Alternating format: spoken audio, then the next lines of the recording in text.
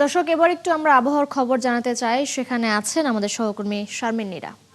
নীরা, কিছুক্ষণ আগেই তো এক পশলা বৃষ্টি হয়ে গেল। আবহাওয়া অফিস থেকে কিছু জানানো হয়েছে কিনা জানাবেন। ধন্যবাদ তিশা আপনাকে।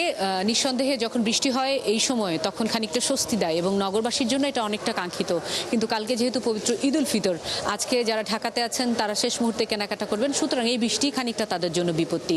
পাশাপাশি আবহাওয়া অফিস এটাও বলছে যে আগামীকাল যেহেতু সকাল থেকে ঈদ জামাত, বেশ কয়েকটি জামাত অনুষ্ঠিত হবে এবং সকাল থেকে বৃষ্টিপাতের কিন্তু এক ধরনের পূর্বাভাসও আবহাওয়া অফিস দিয়েছে। ক্লিংকার বেশি থাকলে সিমেন্ট বেশি খাঁটি। আনোয়ার সিমেন্ট। সুতরাং যারা বেরোবেন তাদের জন্য বিপত্তি তো নিঃসন্দেহ হবে, তাই প্রস্তুতি নিয়ে বেরোনোর কথা বলছে আবহাওয়া অফিস। ঢাকাতেই এক পশলা বৃষ্টির কারণে প্রায় 2 ঘন্টায় প্রায় 4 মিলিমিটার বৃষ্টিপাত 12টা পর্যন্ত রেকর্ড করেছে আবহাওয়া অফিস। অন্যদিকে এই সময়ই রংপুরে সর্বোচ্চ 26 মিলিমিটার বৃষ্টিপাত রেকর্ড করেছে।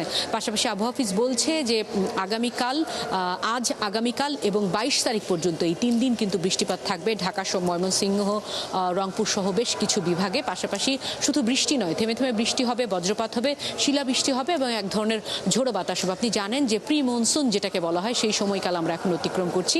এই সময় এইভাবেই আসলে বৃষ্টি হয়ে থাকে, যে ঝোড়ো বাতাস, শিলাবৃষ্টি এবং থেমে থেমে বৃষ্টি।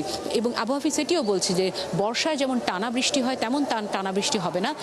1-1.5 ঘন্টা বৃষ্টি হবে, থেমে যাবে, আবার বৃষ্টিপাত হবে। পাশাপাশি আবহাওয়া অফিস বলছে যে রাত থেকেই হয়তো ঢাকাতে থেমে থেমে বৃষ্টিপাত হতে পারে। তবে এই মুহূর্তে বিকাল পর্যন্ত যেটি বলছে আবহাওয়া অফিস, যে দুপুর 2টার পর থেকে হয়তো আবহাওয়া কিছুটা ঢাকাতে স্বাভাবিক হবে এবং নিচের দিকে কোস্টাল এরিয়াতে বৃষ্টিপাতের সম্ভাবনা বাড়বে। আমরা আবহাওয়া অফিসে রয়েছি, যদি কোনো ধরনের কোনো ডেভেলপমেন্ট থাকে আমরা নিশ্চয়ই সেটি জানবো এবং জানানোর চেষ্টা করবো। জি, আমরাও নিশ্চয়ই তখন ফিরবো আবারও আপনার কাছে। নীরা, অসংখ্য ধন্যবাদ আপনাকে। দর্শক, আবহাওয়ার খবর জানাচ্ছিলেন আমাদের সহকর্মী শারমিন নীরা।